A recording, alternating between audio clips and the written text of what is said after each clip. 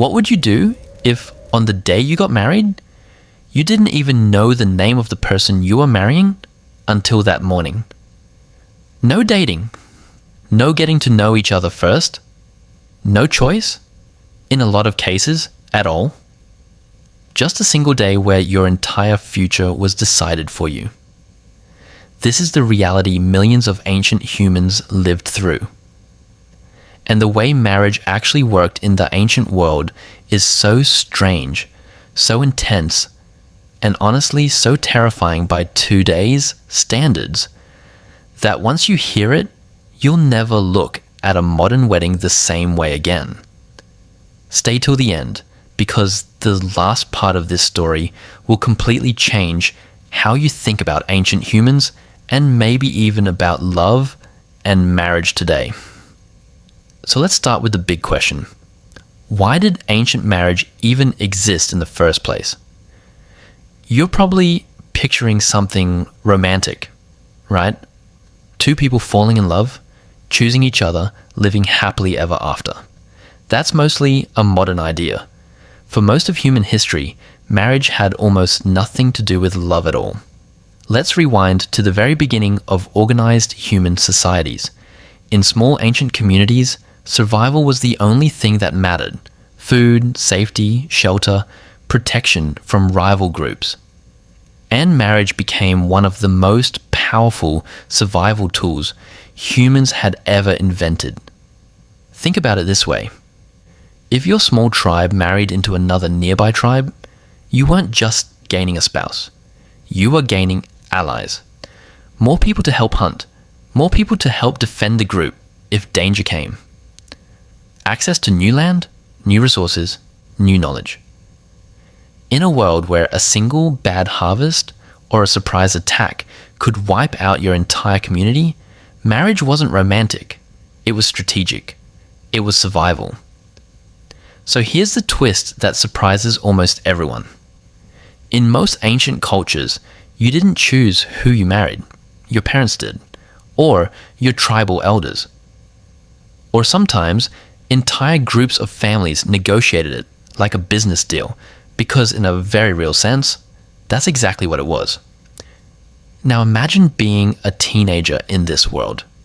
You wake up one day and you're told you're getting married. Not to someone you've been dating. Not even always to someone you've met before. Sometimes to a complete stranger from a village you've never even visited. Your feelings weren't really part of the decision. Your family's survival, alliances, and status were. And here's where things get even more intense. In many ancient societies, marriages weren't decided the week before the wedding. They were arranged years in advance, sometimes when the future bride and groom were still children. Parents would agree on a match early, locking in alliances long before either person had any say in their own future. Imagine growing up your entire childhood already knowing exactly who you were destined to marry, with zero input on the decision. But arranging a marriage was only step one. Actually getting married in the ancient world could be an experience that ranged from elaborate and exciting to genuinely frightening. Let's talk about one of the strangest and most unsettling ancient marriage customs: the symbolic bride capture. In several ancient cultures, weddings weren't gentle, calm ceremonies. Instead, they were performed as a dramatic, staged kidnapping.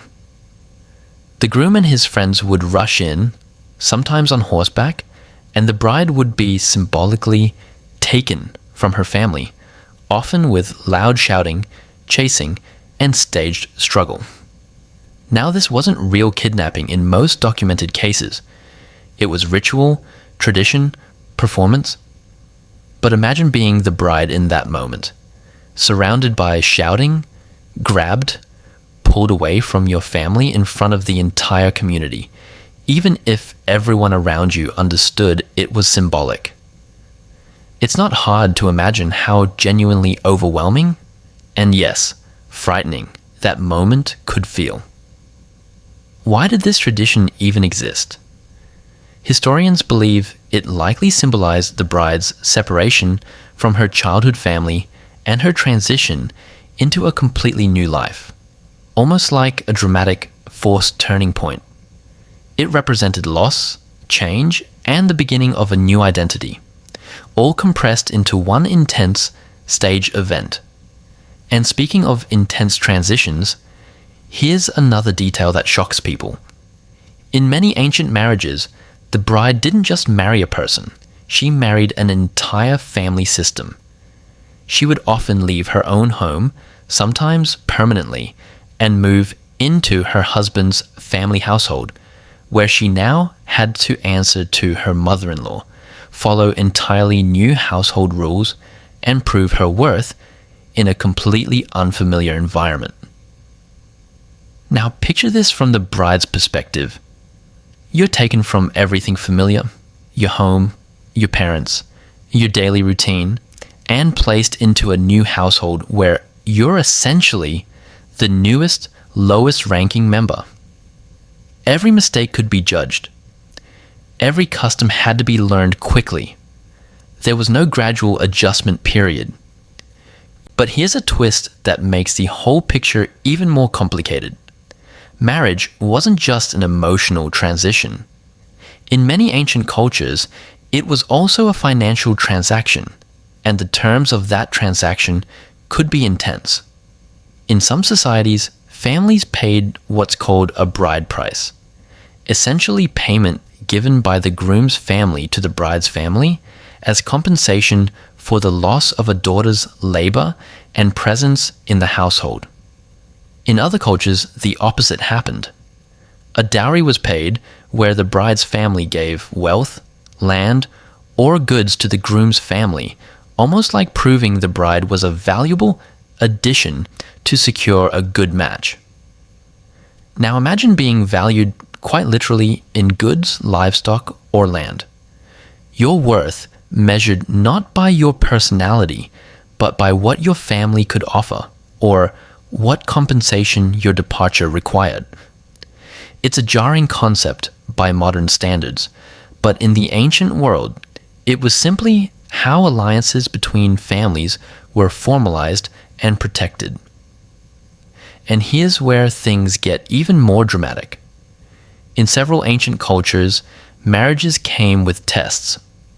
Actual tests the groom and sometimes the bride had to pass before the marriage could be finalized. Imagine a young man having to prove his strength, hunting ability, or resourcefulness before a tribal council would allow him to marry. Failure wasn't just embarrassing. In some societies, it could mean losing the match entirely or facing serious social consequences. Marriage wasn't guaranteed just because a match was arranged. In some cultures, you had to earn it, sometimes through genuinely dangerous or physically demanding challenges. Now here's a fact that really puts things into perspective. In many ancient societies, the age at which people married was drastically different from today. In numerous ancient cultures, marriages, particularly for young women, happened at ages that would be considered shockingly young by modern standards, sometimes not long after childhood ended. This wasn't universal across every ancient culture, but it was common enough that it shaped how differently people experienced what we now think of as adulthood. Think about the weight of that. Decisions that impact your entire life, who you'll spend decades with, where you'll live, what family you'll belong to, made at an age when today most people are still in school, still discovering who they even are. So let's zoom out and put this all together, because when you look at the full picture, it's honestly overwhelming. Ancient marriage wasn't about romance. It was about survival, alliances, and family strategy. Marriages were often arranged, sometimes years in advance, frequently without any input from the two people actually getting married. Wedding ceremonies could involve dramatic stage capture rituals that were symbolically and sometimes literally terrifying for the bride. Brides often left their entire lives behind to join unfamiliar households, adjusting instantly with no transition period. Marriages function as financial transactions, with bride prices or dowries formalizing the arrangement. And in some cultures, marriage had to be earned through genuine tests of strength, skill, or resourcefulness. None of this happened because ancient people were cruel or careless. It happened because survival demanded it. In a world without social safety nets, without modern medicine, without guaranteed food supplies, alliances between families weren't optional extras. They were literally the difference between a community thriving or collapsing. And here's the part that should really stick with you. Today we think of marriage as deeply personal, built on love, choice, and compatibility. But for the vast majority of human history, marriage was something almost entirely different. A tool, a strategy, a survival mechanism disguised as a life event. The fact that marriage today, in so many parts of the world, is now centered on love and personal choice, isn't the historical norm. It's actually a fairly recent, almost radical shift in how humans approach one of life's biggest decisions. So the next time you see two people choosing to get married simply because they love each other, take a moment to appreciate how genuinely that idea actually is in the grand timeline of human history. For thousands of years, love had very little to do with it. Survival, family, and strategy came first. And honestly, understanding just how much marriage has transformed from a terrifying, high-stakes survival strategy into a deeply personal choice built on love might be one of the most powerful reminders of how far human relationships have truly come.